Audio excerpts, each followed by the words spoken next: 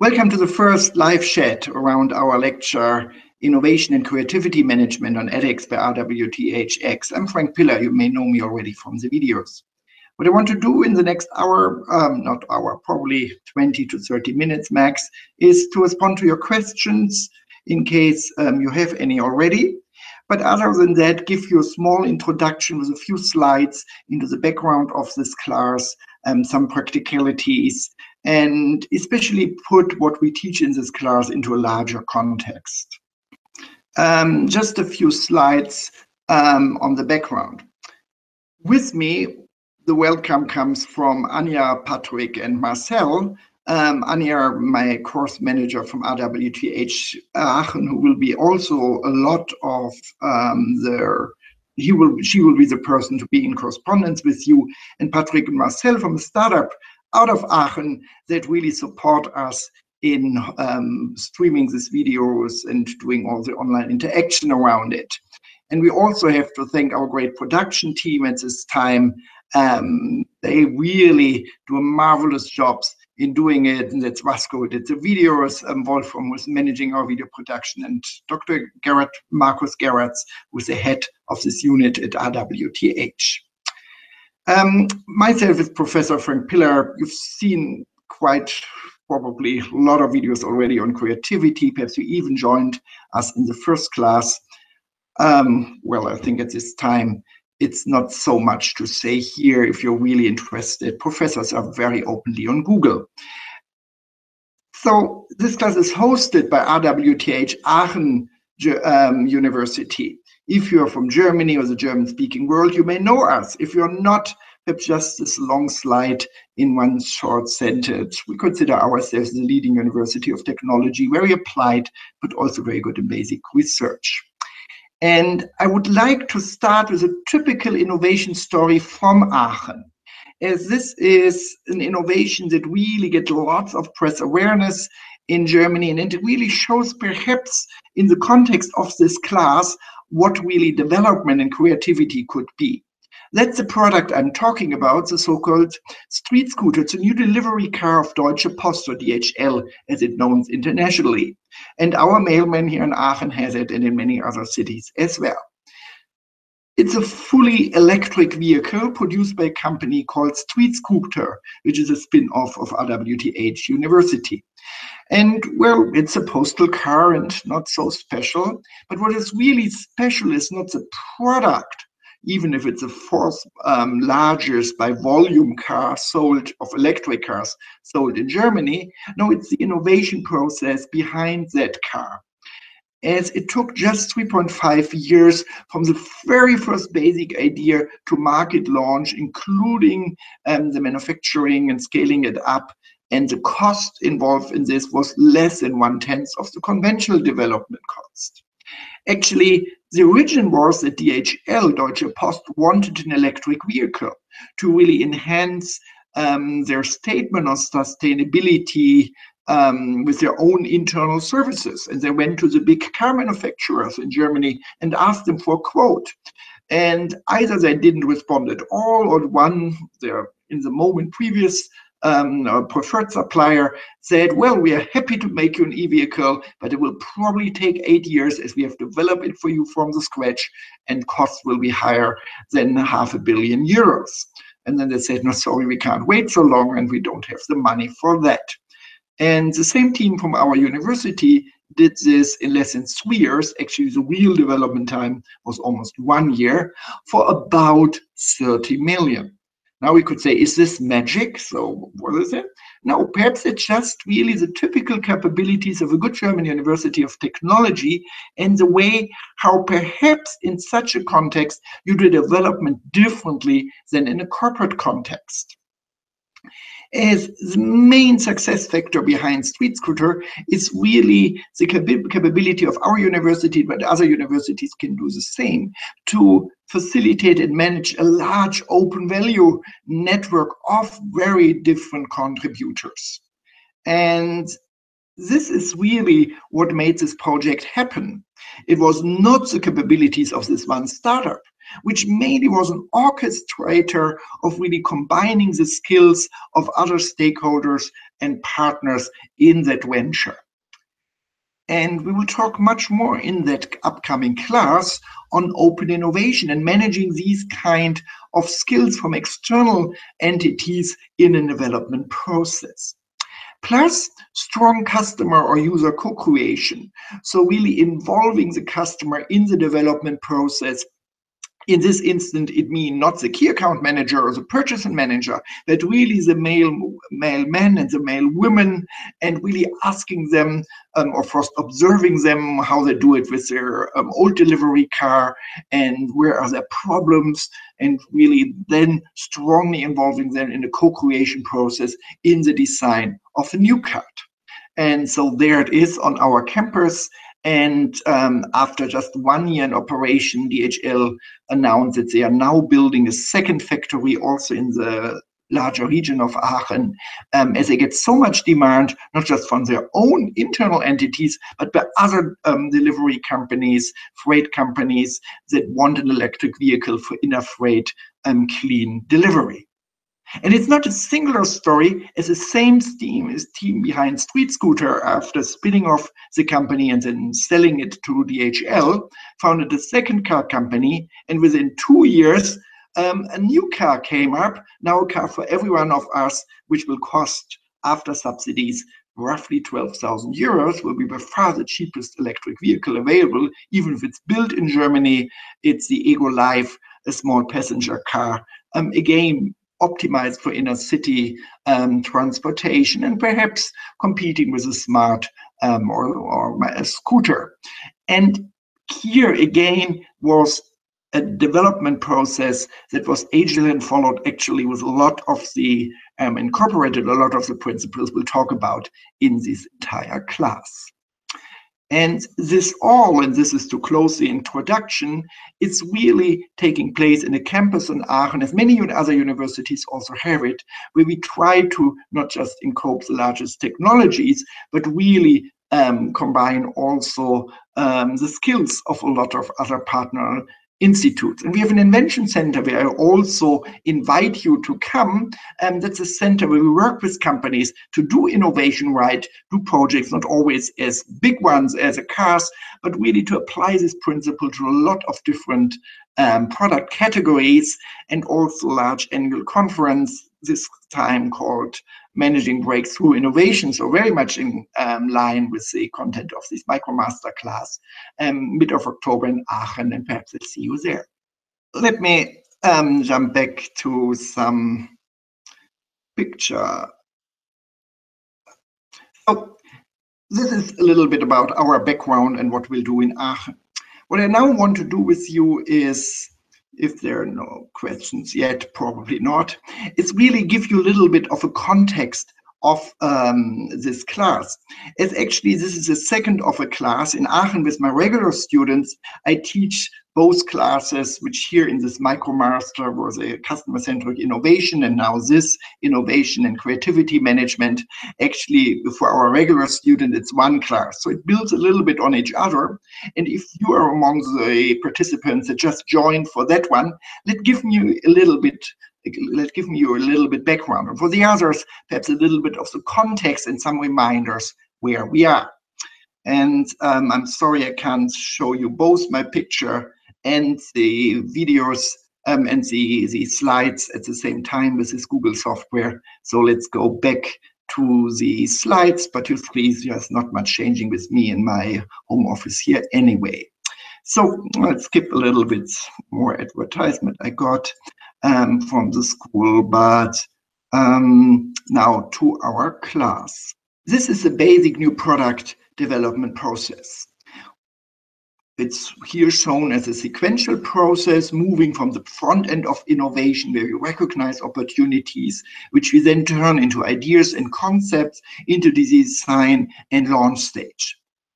Along this entire process, we consistently have to evaluate, to test and screen, to really narrow down alternatives which we bring in the next stage. And for most of these activities, we also need something like creativity. We'll talk more about that in a minute. And in the structure of this MicroMaster, these red stages here on the front end of innovation, they were taught in the customer-centric innovation class, while in the current class, innovation and creativity management, really the design and development and launch stage, plus this basic ideas about creativity, and also importantly here, evaluation, testing, and screening is in the center of these activities. And the structure of this class continues the big picture, which we introduced in much more detail in the earlier class, customer-centric innovation. So just a very quick reminder. So what looks a little bit like a subway plan actually is a picture of the innovation process. And perhaps we start here. Now we start with with recognizing opportunity, which also can be considered a gap. And then we'll somehow sense this, match it with our innovation strategy, and then start with a commitment to start a project. We will then move on and let me see if I have a laser pointer here. Yeah. So we'll then move on in idea generation, concept generation, and always in between here we have some activities and then gates with the ideas that before we proceed in a project, we make some decisions, we check, are we there yet? Is it consistent with the strategy we have to move on? The basic idea of this picture that was developed by Hans Lercher, a colleague from Austria, is that there are different project types. That for some kind of projects, let me see this. Sorry. That some types of projects which are more incremental, we don't need all the same steps as for radical innovation projects shown here in red. And that perhaps that's also something in between, because that we really have to consider the contingencies of our innovation process. Let me go back one step, as I forgot to show you this link. As if you really want to get a deeper introduction, also download a poster of this. There's a public download on SSRN, a paper site where academics share their work, and you have a free download of not just a picture, but an entire book in English, really outlining this in more detail. So ideas, we distinguish different types of innovation. It's also perhaps special projects we have to acknowledge. Some projects will be not covered in that if they're really totally out of the scope of our company. And in this previous class, customer-centric innovation, we covered that front-end part. In our current class, we will really look into the implementation and the development phase. We'll talk about development, we'll talk about the launch activities, and we will talk about review activities, very importantly, to learn how we did and to perhaps become better in the past. So let's jump into creativity. And as I said already earlier, creativity is some underlying capacity of both an organization and an individual that very often is seen equal to innovation. For me, innovation is much, much more than creativity. And if you followed the class according to the syllabus, you already saw the videos on creativity. I will not repeat this, but just answer your questions at the end if you have some already. But in creativity, we have to distinguish two things, and perhaps this is helpful to really put it in a larger context. So I often explain innovation that we also have to combine two different kinds of information. At the front end of information is customer-centric activities. It's very much about need information, the information about the preferences of users and customers. And getting the right need information really influences the fit to market or the effectiveness of an innovation process. At the same time, we also need so-called solution information, how to turn that need into a product or concept. And it's technical knowledge, and sometimes it's a mash-up of already existing knowledge. So what's the context to creativity? Well, we would say we need creativity to really interpret the needs Well, probably, hopefully not so much. Hopefully we just get the needs by thorough market research or other techniques to really not get our gut feeling what customers want, but really know what they want. Well, but of course, then we need creativity to turn them into ideas and concepts. And with this, we generate solution information.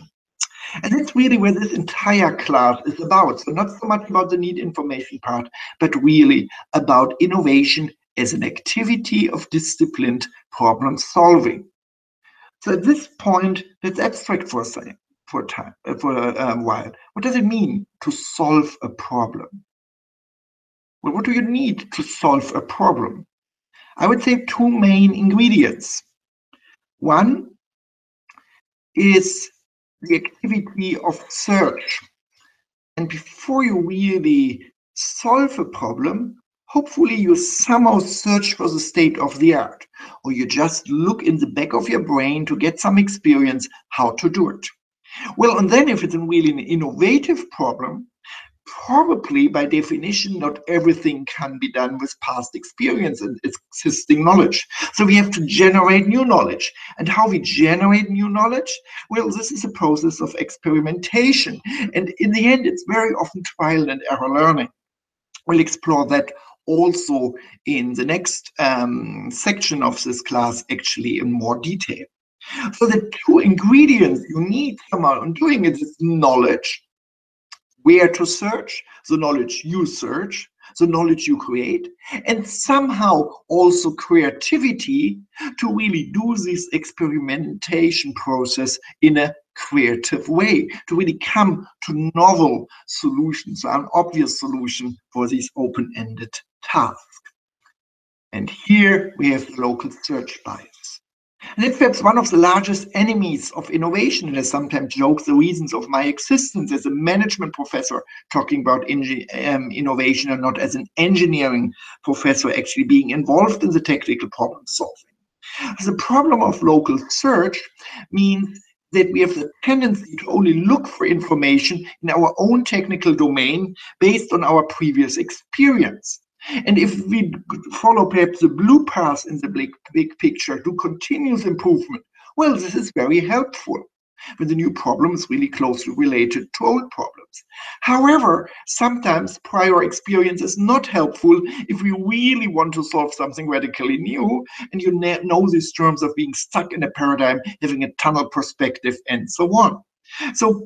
And in economics, it's called this local search bias, a negative biasing by previous experience that blocks an innovator to really find the best solution to a given question. And reasons could be the experience we have of previous training, limited access to information available, and also several other factors.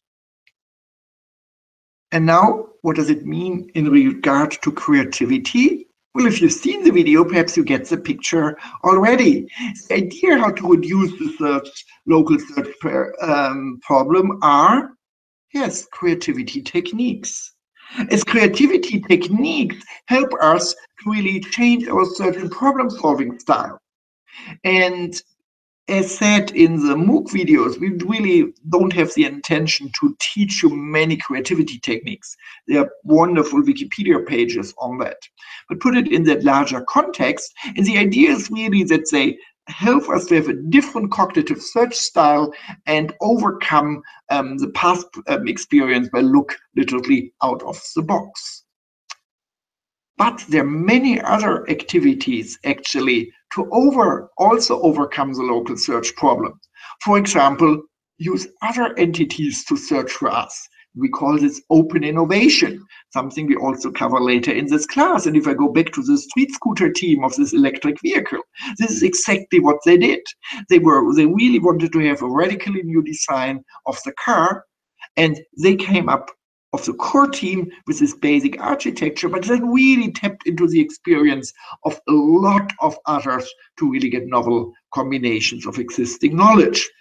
Some companies assign dedicated roles of doing it. In the literature, we call it building absorptive capacity, really the capacity of an organization not to create something new, but to bridge to existing knowledge outside. But there are even more strategies you can do to overcome local search and get novel solutions. Something that comes into your mind? Well, partnering, networks and alliances, as said before. Or you really can find people with different knowledge in your organization. This is why we talk about diversity as one of the core drivers of innovation, where we build interdisciplinary teams that again help us to do better brainstorming or other creativity techniques as we bring different backgrounds into that game.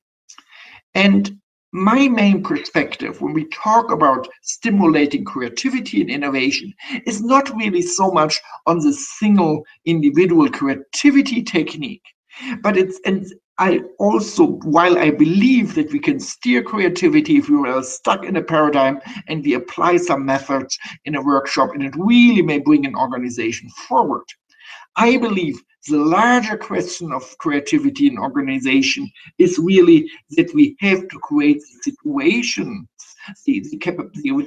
provide the resources, the culture in an organization that both on an individual and on an organizational or group level will come innovative. And again, I don't go into that slide in detail. You can watch the video on it. But I think that's the larger question. If we talk about creativity, it's really how to create a situation that we can be creative continuously and not when forced into a nice room and having a trainer with a creativity technique.